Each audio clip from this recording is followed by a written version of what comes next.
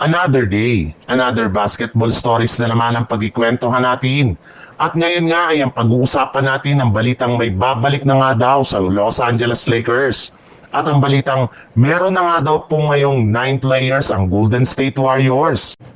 Kasunod nga ng pagkatalo ng Slovenia sa quarterfinals game laban sa Germany, ay tapos na rin naman nga ang kanilang kampanya sa Eurobasket.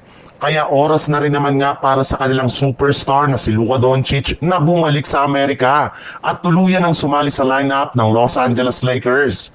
Yes, tama nga ang inyong narinig. Sasama na nga si Luka sa mga gagawing practice ng Lakers sa loob ng kanilang pasilidad para paghandaan ang nalalapit na pagsisimula ng training camp sa katapusan ng Setyembre, kung saan makakasama na nga niya dito sa unang pagkakataon ng kanyang mga bagong player.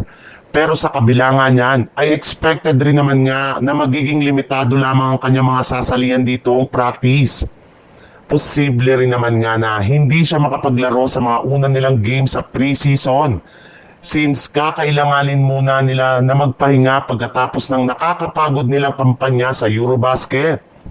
Sa ibang balita naman, papalapit na nga ng papalapit ang pag-uumpisa ng training camp, kaya unti-unti na nga binubuo ng mga kupunan ng kanilang mga player na sasama sa kanilang gagamitin na bagong lineup. Ngunit kung ang ibang mga team nga ay mga finishing touches na lamang, ibang-iba na rin naman nga nangyayari ngayon sa Golden State Warriors, gayong nananatili pa rin naman nga na wala silang malaking move na nagagawa ngayong off-season.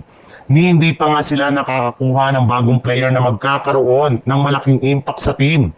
Sa katunayan, as of now nga ay nasa siyam pa lang ang mga player na mapapabilang sa kanilang gagamiting official lineup sa darating na season.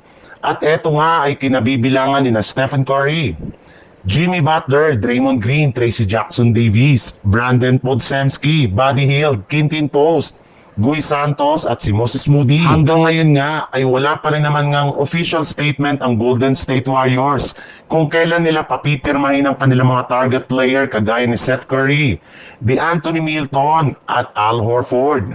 Bukod rin dyan, hindi pa rin nga nila official na binibigyan ng bagong kontrata si Jonathan Kuminga, kaya siyam na players muna nga ang siguradong parte ng kanilang lineup.